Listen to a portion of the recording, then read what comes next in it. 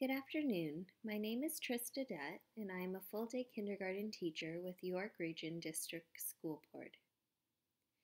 I was first introduced to the term provocation, or invitation for learning, during my kindergarten additional qualification course that I had the privilege of taking through York University with Joanne Bablis.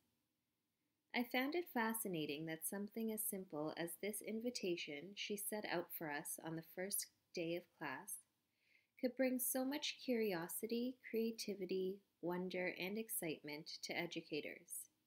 I was intrigued to see how my own students would respond to such invitations. The following slides are some examples of provocations from my own classroom that I hope will support you as you create learning environments that inspire our youngest learners. At the beginning of the year, an invitation to learn about me is offered to students. This particular provocation allowed students to create with loose parts while looking closely at themselves. I often like to print pictures of the work in progress and add it to the provocation table so students and educators alike can reflect on what was previously created. Not pictured here, I also add literature to accompany the provocation that would be read during a whole group read aloud to spark interest, as well as a word wall that is specific to the provocation to support students' independence in writing. This year, our self-portraits had multiple layers to learning. Students were first invited to sketch themselves by looking in the mirror, to help them explore what they look like. At this time, educators sat and asked each student a series of questions about themselves. At a later time, they were offered a piece of transparency over a black and white photo of themselves to trace all the features they could see. In collaboration with the visual arts teacher, who was exploring lines with our students, we placed the transparency over their paintings and added their interest survey answers that were asked during the process. Through the multiple provocations, we were able to celebrate the students' individuality and uniqueness while building and fostering a community that honors each child's interests, strengths, and accomplishments. Pictured here is an example of all the layers of learning coming together, with the student's self-portrait on one side, his answers to the interest survey questions on the other, and both of which are mounted on top of their line watercolor painting.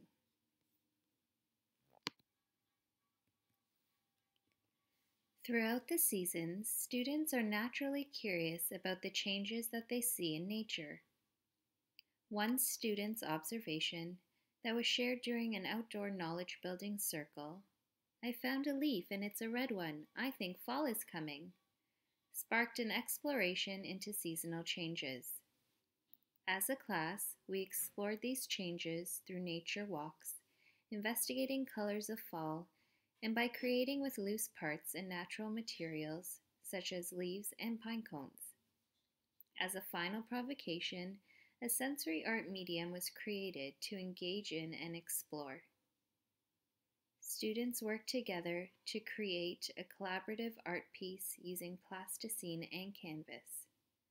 They also co-created a story titled "The Fall Tree," which encompassed their creativity, imagination, and understanding of the changes in fall. As part of our comprehensive math program, we offer students provocations based on the specific strands of the curriculum. This invitation to explore measurement using non-standard measuring devices was set out for free exploration during thinking and learning time. Students were encouraged to explore building structures and answering the question, "How tall is your structure?" Corks, cubes, links, and spools were available for students to measure with. At the time of exploration, educators took anecdotal observations to inform next steps in students' learning.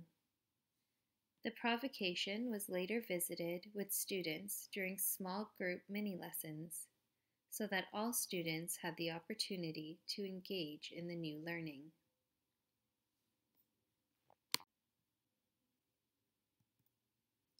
Students are often encouraged to look closely and think about what they see in our classroom. They are invited to create something that is their interpretation of what is presented to them using the 100 languages of children. Still life drawing and painting is one way in which we encourage students to create. During our growing inquiry, students were presented with a provocation of various sunflowers, including famous paintings, seeds, and real and fake flowers. Acrylic paints and canvases were placed out for students to create with. Wonders and theories that stemmed from this invitation were recorded by the educators and helped to inform the next steps in our inquiry process. Provocations are always purposefully designed with curriculum outcomes in mind. This simple invitation to create items for the bakery was added by educators to guide and extend students' play in the dramatic area without us dictating or dominating it. Through this invitation, students were offered a platform on which to demonstrate their creativity as well as communicate their understanding through the use of a variety of open-ended materials. Thank you, and I hope you enjoyed some of these examples of provocations from my perspective.